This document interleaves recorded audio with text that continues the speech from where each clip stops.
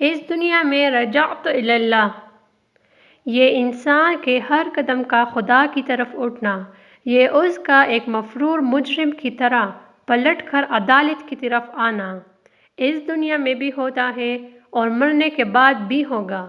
یہ جو اس نے کہا ہے کہ الینا راجعون، تو اس کا یہی معنی نہیں کہ تم مرنے کے بعد ہماری طرف پلٹ کر آؤ گے، اس کے معنی یہ ہے کہ تم ہر قدم پر ہماری طرف پلٹ کر آ رہے ہو۔ راجعون کے یہ معنی ہے۔ کہیں کہاں ہے الیہ مرجعکم جمیعا، کہیں الیہ ترجعون آیا ہے۔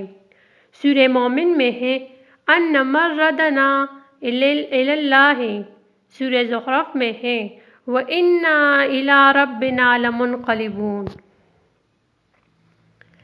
ضمن یہ سمجھ لینا بھی ضروری ہے کہ سورہ بقرہ میں ہے کہ جو لوگ دنیا میں آسمانی انقلاب برپا کرنے کے لیے اٹھتے ہیں، انہیں قدم قدم پر سخت صبر آزما تصادمات اور ہمت شکن تزاحمات کا مقابلہ کرنا ہوتا ہے۔ وہ ان مقامات پر گھبراتے نہیں، بلکہ جب بھی کوئی نیا صبر آزما مرحلہ سامنے آتا ہے تو وہ دل کی پوری جمعیت اور سکون اور جگر کے بلند حوصلے و ہمت سے بے ساختہ پکار اٹھتے ہیں کہ انا للہ و انا الیہ راجعون، ہم نے اپنے آپ کو خدا کے پروگرام کے لیے وقف کر رکھا ہے، اس لیے ان مصائب اور مشکلات سے ہم اپنا منہ نہیں موڑ لیں گے۔ ہمارا ہر قدم اس منزل کی طرف اٹھتا چلا جائے گا جسے ہم نے خدا کی رہنمائی کے مطابق اپنے لیے مقرر کر رکھا ہے۔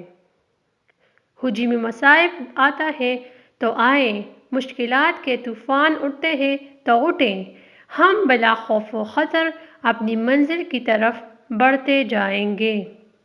انا الیہ راجعون۔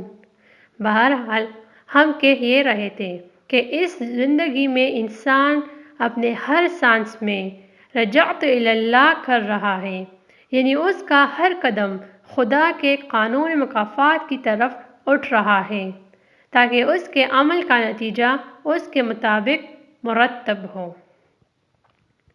قرآن کریم نے خود ہی بتا دیا کہ رجعت الی اللہ کا مقصد کیا ہے۔